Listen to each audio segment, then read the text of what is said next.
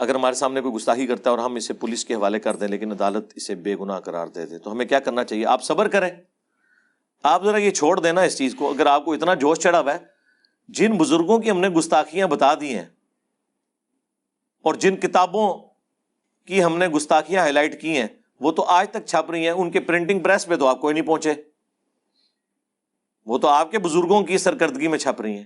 چھوڑ دیں، آپ کا کام بس اتنا ہی ہے. اور عین ممکن ہے جس چیز کو آپ گستاخی سمجھ رہے ہیں وہ آپ کے نزدیک گستاخی ہے، دوسروں کے نزدیک ہے ہی نہیں ہے. اور اس سے بھی بڑھ کے جو میں نے بار بار کہا 295C میں یہ شک ایڈ ہونی چاہیے کہ جو شخص توبہ کر لے اس معاملے کو وہیں پہ ختم کر دیا جائے، ورنہ تو اس کا کوئی اینڈ نہیں ہوگا. الفاظ کے چناؤ کے اوپر آپ کو پتہ ہے یہاں پہ گستاخی کے فتوے لگتے ہیں. اردو کی وکیبلری بعض لوگوں کی کمزور ہوتی ہے. ہمارے جو ایکس پرائم منسٹر صاحب عمران خان صاحب، ان کی کئی ایک تقریروں میں ظاہر ہے ان کو اردو کے جو مشکل الفاظ ہیں وہ بولنے نہیں آتے، اور وہ کوشش بھی نہیں کرتے کہ میں اگلی دفعہ اس کو سیکھ بھی لوں. اس کی وجہ سے ان سے مس ہینڈلنگ ہوتی ہے اور وہ مولوی تیار بیٹھے ہوئے گستاخی کے فتوے لگانے کے لیے، اور وہ چڑھ دوڑتے ہیں. تو اس لیے ذرا آپ دیکھ لیا کریں، آپ کا کام بس اتنا ہی ہے. یہ جوڈیشری کا کام ہے، یہ پولیس کا کام بھی نہیں کسی کی گستاخی کا فیصلہ کرے، یہ عدالتوں کا کام ہے. اور میں آپ کو بتاؤں عدالتوں میں اگر ایمانداری سے مقدمے پیش ہونا، یہ میجورٹی چیزیں فارغ ہو جاتی ہیں، کیونکہ جو چیزیں بیان ہو رہی ہوتی ہیں زیادہ تر وہ کتابوں میں لکھی بھی ہوتی ہیں. میں راولپنڈی بینچ جو ہے نا لاہور ہائی کورٹ کا، اس میں ایک دفعہ بیٹھا ہوا، کئی سال پہلے کی بات ہے. تو ایک سپریم کورٹ کے وکیل تھے، وہ مجھے کہنے لگے انجینئر صاحب دیکھیں کہ کن کن باتوں پہ ہمیں مقدمات لڑنے پڑ رہے ہیں. وہ کسی شیعہ عالم نے تقریر کرتے ہوئے کہہ دیا کہ جی یہ بخاری مسلم میں وہ جو حدیث ہے نا، سیدہ عائشہ نے 2 تابعین کو غسل کر کے دکھایا تھا، یعنی وہ فزیکلی نہیں ظاہر ہے، وہ پردے میں صرف ایک وہم نکالنے کے لیے. اس پہ میری ویڈیو بھی ریکارڈڈ ہے، اس میں کوئی ایسا ایشو نہیں تھا کہ جسے ایک مصیبت کھڑی کی جاتا. وہ اس نے کہیں بیان کر دی حدیث، سنیوں پہ ٹونٹ کیا کہ تمہاری کتابوں میں ہمیں کہتے ہو کہ ہم امہات المومنین کے گستاخ ہیں، تمہاری تو بخاری اور مسلم میں یہ گستاخانہ حدیث لکھی ہوئی ہے. اس کے اوپر مقدمہ کر کے 295C لگوا دی. تو وہ ان کے وہ ٹیبل کے اوپر بخاری شریف رکھی ہوئی تھی، وہ خود وکیل شیعہ تھے. تو میں نے کہا یہ بخاری شریف آپ نے رکھی ہوئی ہے؟ وہ کہتے ہیں انجینئر صاحب یہ عدالت کو جا کے دکھانی ہے میں نے کہ جس بندے پہ مقدمہ قائم کیا ہوا ہے یہ تو حدیث بخاری میں لکھی ہوئی ہے، اگر اس نے بیان کر دیا تو اس میں گستاخی والی کون سا ایلیمنٹ ہو گیا؟ اگر کوئی شیعہ اعتراض بھی کرتا ہے یا کوئی سنی کسی شیعہ پہ اعتراض کرتا ہے تو اس کا جواب آپ علمی طریقے سے دیں. میں نے دیا ہے علمی طریقے سے کہ جس سینیریو میں سیدہ عائشہ نے ایکٹیویٹی پرفارم کی ہے اس کے بغیر چارہ ہی کوئی نہیں تھا، جس طرح لوگوں کو وہم ہو گیا ہوا تھا. حتیٰ کہ بخاری مسلم آپ کھول کے دیکھیں، عبداللہ بن عمر تو یہ بھی کہتے تھے کہ عورت نے عام حالت میں بھی اپنی چٹیا کھول کے غسل کرنا ہے. تو حضرت عائشہ تک جب یہ بات پہنچی وہ اتنا غصہ ہوئی کہ انہوں نے کہا کہ عبداللہ بن عمر جو ہے عورتوں کو یہ سر کے بال مونڈ دینے کا کیوں نہیں کہتا؟ اللہ کے نبی علیہ السلام صرف حیض کے غسل کے اگینسٹ ہمیں کہتے تھے کہ حیض کے بعد جو غسل ہے اس میں چٹیا کھولی جائے. عام جو غسل جنابت ہے اس میں عورت کو یہ اپنا پورا جوڑا کھولنے کی ضرورت نہیں، اوپر سے پانی بہا لے بس جتنا بھی گیلا ہو جائے.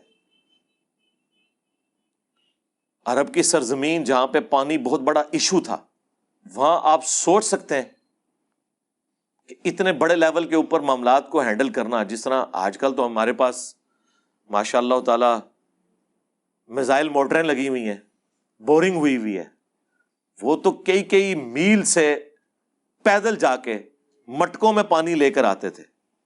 وہ متحمل ہو سکتے تھے اس چیز کے کہ آپ آدھا گھنٹہ تک شاور کے نیچے غسل کرتے رہیں اور آپ کا وہم نہ نکلے؟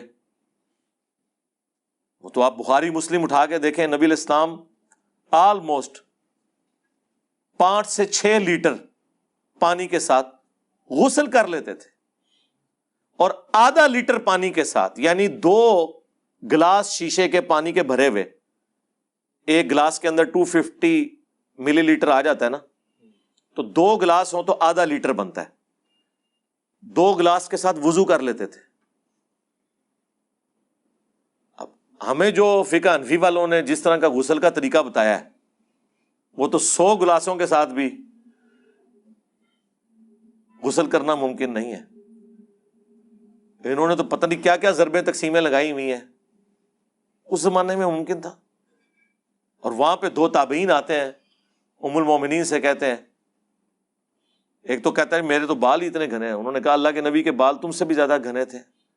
اور 13 لیٹر ٹوٹل پانی ہوتا تھا برتن میں, جس سے میں اور رسول اللہ دونوں غسل کر لیتے تھے. پہلے نبی علیہ السلام غسل کرتے تھے, ان کے بچے ہوئے پانی سے میں غسل کر لیتی تھی 13 لیٹر سے, یعنی 6.5 لیٹر. یہ میں آج کی کیلکولیشن کر رہا ہوں, وہ مد اور سا آپ کو سمجھانے ذرا مشکل ہو جائیں گے, آج کی کیلکولیشن بتا رہا ہوں. اس نے کہا یہ تو ممکن ہی نہیں ہے. تو اما عائشہ نے پھر ایک برتن میں 6 لیٹر کے قریب پانی لیا, یعنی آپ سمجھ لیں 1.5 لیٹر کی 4 بوتلیں, جو آپ وہ بوتلیں پیتے ہیں, 4 بوتلیں 1.5 لیٹر کی 6 لیٹر بن گیا. اور اس وقت اٹیچ بات اس طرح ہوتا تھا کہ موٹی چادر کے ساتھ, وہ کچھ عرصہ پہلے تک تو رائے ونڈ میں بھی ایسے ہی تھا کہ وہ چادروں کے واش روم بنے ہوتے ہیں, اتنی تعداد میں ان کے لیے پکے واش روم بنانا مشکل ہے. اب سنا ہے میں نے کہ کافی بہتری آ گئی ہے. تو اس وقت گھروں میں اٹیچ باتھ روم اسی طرح ہوتے تھے کہ کپڑے کے ذریعے ڈویژن ہوئی ہوتی تھی. اس میں یہ نہیں ہوتا تھا کہ دوسری طرف جو نہا رہا ہے وہ نظر آئے گا. اما عائشہ نے اس کا وہم نکالنے کے لیے اس کے سامنے وہ بالٹی لے کر گئیں, غسل کیا, اور باہر آئے کے بتایا کہ دیکھو یہ اب تو مطلب میں تو ایک سکہ راوی ہوں نا, مجھ پہ تو تمہیں اعتبار ہے نا بیٹا, میں نے اس پانی کے ساتھ غسل کر لیا. تب جا کے اس کا وام نکلا. اب اس میں گستاخی کہاں سے ہو گئی؟ ایک استاد اپنے شاگرد کو سمجھانے کے لیے, اس کا وہم نکالنے کے لیے اگر یہ کام کرتا ہے, وہ جس سامنے غسل کر کے دکھایا, اور جناب یہ اٹیچ بات ہے, میں اندر چلا جاؤں تو اس کو آپ سامنے غسل کرنا کہیں گے؟ سامنے صرف یہ ہے کہ یہاں میں آپ کے سامنے سے بالٹی لے کے آیا, واپسی بھی آپ کو خالی بالٹی دکھا دی کہ دیکھو اس بالٹی کے ساتھ میں نے غسل کر لیا. اس میں کون سی گستاخی ہوگی؟ اور یہ حدیثیں اگر آج پبلک کو پتہ ہوتی نا, تو فقہ حنفی والوں نے جو پاکی پلیدی کے اتنے مشکل مسائل لوگوں کو بتائے ہوئے ہیں نا, یہ حل ہو جاتے ہیں. ان کی تو کئی بالٹیوں سے غسل نہیں اترتا. اس زمانے میں یار ابو داؤد اور ترمذی کھول کے دیکھیں, نبی الاسلام کے مبارک زمانے میں ایک ہی کنواں تھا مدینہ شریف میں, اور امام ابو داؤد کہتے ہیں میں اس کنویں کی زیارت کے لیے پھر خود گیا ہوں. انہوں نے ابو داؤد میں جب یہ حدیث لکھی ہے نا, تو وہ ساتھ واقعہ بھی اپنا ابو داؤد شریف کے اندر نقل کیا ہے, اور کہتے ہیں وہ جس باغ میں کنواں تھا, اس باغ کے مالک سے میں نے ریکویسٹ کی کہ مجھے اس کنویں کو ایک دفعہ دیکھنے دو, میں نے اس کنویں کو ناپنا ہے. وہ کہتے ہیں میں کنویں میں اترا, میری چادر تھی, اس کے ذریعے میں نے اسے ماپا, تو وہ کنواں اپنے ڈایا میٹر کے اعتبار سے, سرکمفرنس کے اعتبار سے, یعنی اس کی جو گلائی تھی ایک کارنر سے دوسرے کارنر تک 6 ہاتھ تھا. یہ شرعی طور پہ ہاتھ 1.5 فٹ کو کہا جاتا ہے, یعنی کتنا بنا 9 فٹ. 9 فٹ. یہ ہماری اکیڈمی جو ہے یہ اس وقت آلموسٹ اس کی چوڑائی جو ہے وہ 20 فٹ ہے, یہاں سے لے کے یہاں تک آدھی اکیڈمی کر لیں.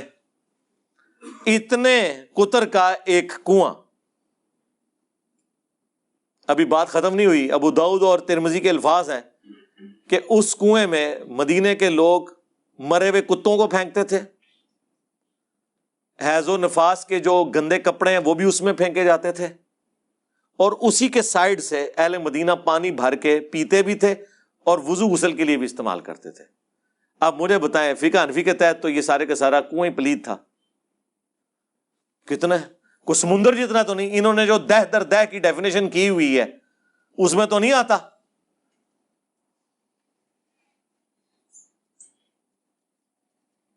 آپ اندازہ کریں نبی علیہ السلام کو جب بتایا گیا, اور ساتھ بتایا گیا ابو داؤد کے ترمذی کے الفاظ ہیں یا رسول اللہ اس میں تو لوگ مرے ہوئے کتے پھینک دیتے ہیں, گندے کپڑے پھینکتے ہیں, تو نبی علیہ السلام نے فرمایا کہ پانی کو کوئی چیز ناپاک نہیں کرتی, تم اس میں سے استعمال کر لیا کرو. اب اس کو وہ لے کے غیر مسلموں نے بھی اعتراض کیا کہ جی وہ تو گندا ہے. بھئی وہ جو گندگی کی ڈیفینیشن وہ یہ ہے کہ اگر اس میں ڈومیننٹ یہ چیز کر جائے, یعنی رنگ, بو اور ذائقہ چینج ہو جائے. اگر ایسا نہیں ہوا اور ایک کارنر میں کوئی گندگی پھینکتا ہے. ویسے تو فقہ حنفی والے بھی مانتے ہیں کہ اگر دہ در دہ پانی ہو 10 فٹ بائی 10 فٹ والا کوئی تالاب ہو تو اس میں ایک طرف ڈال دیں تو کوئی فرق نہیں پڑتا, جس طرح چلتا ہوا پانی ہے اس کے حکم میں داخل ہے وہ. یہ بڑا مشکل معاملہ ہے اس طرح کے معاملات کو لے کے چلنا پاکی پلیتی کے اعتبار سے. یہ جو حدیث ہے نا کہ پانی کو کوئی چیز ناپاک نہیں کرتی, پانی جس چیز پر ڈالا جائے وہی پاک ہو جاتا ہے. اب مجھے بتائیں وہ جو بخاری مسلم میں حدیث ہے جو ایک صحابی نیو مسلم تھے, بدو تھے, مسجد نبوی کے اندر ہی انہوں نے پیشاب کرنا شروع کر دیا کارنر پہ. ظاہر ہے وہ کچی تھی, وہ قالین تو نہیں بچھے ہوئے تھے نا, انہیں کیا پتا تھا. صحابہ اٹھے, حضور نے روک دیا, پیشاب کر لیا تو بلایا, فرمایا کہ مسجد پاکیزہ جگہ ہے, یہاں پہ پیشاب نہ کیا جائے. پھر صحابہ کرام کہتے ہیں 1 یا 2 ڈول منگوا کے نبی اسلام نے کہا اس پہ بہا دو. مجھے بتائیں ایک بندہ ایک مسجد کے کونے میں پیشاب کرے, اس کے اوپر 2 ڈول بہانے سے کیا وہ سارا پیشاب 2 ڈول کی برکت سے بہتا ہوا دور تک چلا جائے گا؟ زیادہ اسے ڈائلیوٹ کر دے گا.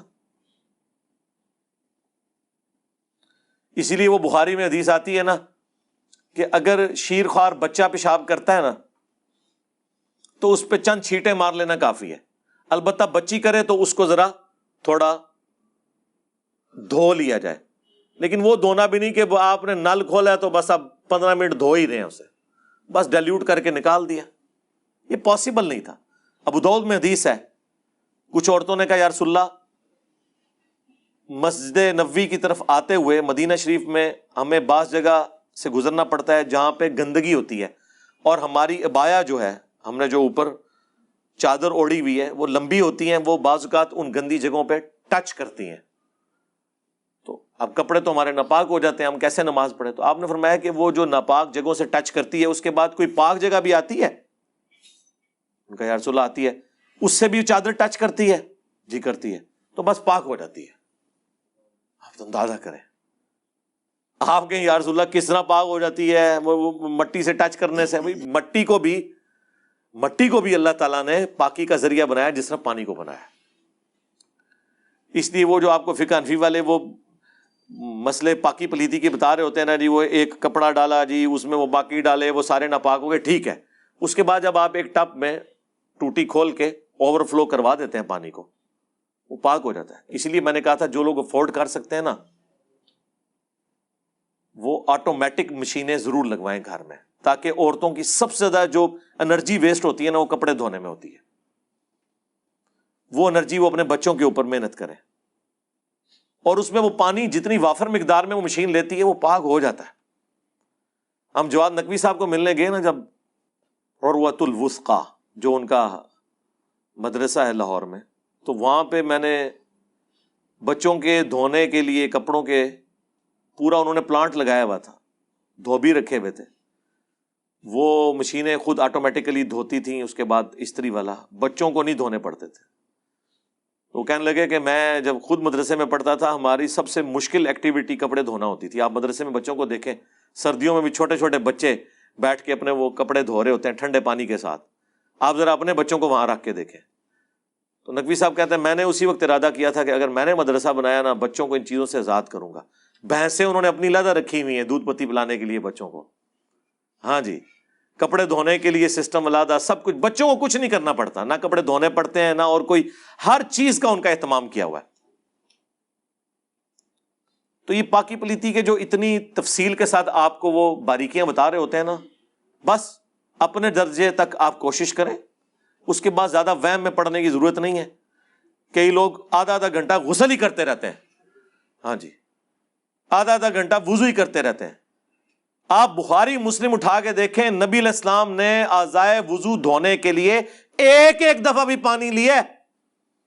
صحابہ کرام نے جو وضو کر کے دکھایا ہے نا تابعین کو, 1 دفعہ پانی, 3 دفعہ افضل ہے, 1 دفعہ 2 دفعہ 3 دفعہ, ہر طریقے سے ثابت ہے. قرآن میں تو نہیں لکھا ہوا 3 دفعہ, قرآن میں جو وضو کا طریقہ آیا ہے اس میں تو آیا آپ نے چہرہ دھونا ہے, دونوں ہاتھ کونیوں سمیت دھونے ہیں, سر کا مسح کرنا ہے, اور اس کے بعد پاؤں مسح بھی کر سکتے ہیں, دھو بھی سکتے ہیں. ایک الگ سے ٹاپک ہے, میری ویڈیوز ریکارڈڈ ہیں, آج میں اس طرف نہیں جاتا. تو اس میں تو جسٹ دھونے کا ذکر ہے. نبی علیہ السلام پانی لیا 1 دفعہ, چہرے پہ ڈالا ہے, دیٹس آل. حالانکہ آپ کی داڑھی بھی گھنی. ابھی جو فقہ حنفی والے بتاتے ہیں کہ نہیں یہاں سے شروع ہو کے وہاں تک جائے, وہ تو آدھی بالٹی صرف داڑھی کے لیے چاہیے. اور میں نے لوگوں کو دیکھا ہے وضو کرتے ہوئے 15-20 دفعہ تو صرف وہ داڑھی اس کو گیلا کرنے کے لیے. نہیں بھئی, ایک بار لیا, سر کے بال جہاں سے سٹارٹ ہوتے ہیں عموماً اگر کوئی گنجا ہے تو وہ تو اس کے تو سٹارٹ ہی نہیں بیچارے کے, اور وہ یہاں تک نہیں اس کا یعنی جہاں سے ماتھے کے بال جمتے ہیں یہاں سے لے کے تھوڑی کے نیچے تک, ایک کان کی لو سے لے کر دوسرے کان کی لو تک, ایک دفعہ بس یوں کر کے داڑھی کا خلال کر لیا, دیٹس آل. ایک دفعہ ہی پانی لے کے یوں کر لیا اور اس کو یوں کر لیا. ہاں انگوٹھی وغیرہ یا گھڑی ہے اس کو آپ ہلا لیں اس کے نیچے سے. تو کہاں عرب ملکوں میں یار یہ پاسبل تھا؟ جب مقدار آ گئی ہے, یہ پانی کے اعتبار سے اتنا بڑا انہوں نے ہنگامہ کھڑا کیا ہوا ہے. تو اس حدیث کی طرف آ جائیں ابو داؤد اور ترمذی کی, جس میں امام ابو داؤد نے باقاعدہ اپنا وہم نکالا ہے اور اس کنویں کی چوڑائی ماپی ہے, اس کا ڈائیمیٹر ماپا ہے 9 فٹ. آج کے اعتبار سے 3 میٹر بھی پورا نہیں بنتا, اور اس سے سب بھر رہے ہیں, اور اس میں گندگی بھی ڈالی جا رہی ہے. آسمان سے جو پانی بارش کی شکل میں برستا ہے, گلیوں میں کیچڑ بن جاتا ہے, وہ کیچڑ کپڑوں پہ لگ جائے, لوگ کہتے ہیں اب نماز نہیں ہو رہی, اسے دھونا ہے. جب تک آپ کو یہ یقین نہ ہو کہ یہ کیچڑ ناپاک ہے, وہ کیچڑ پاک ہے.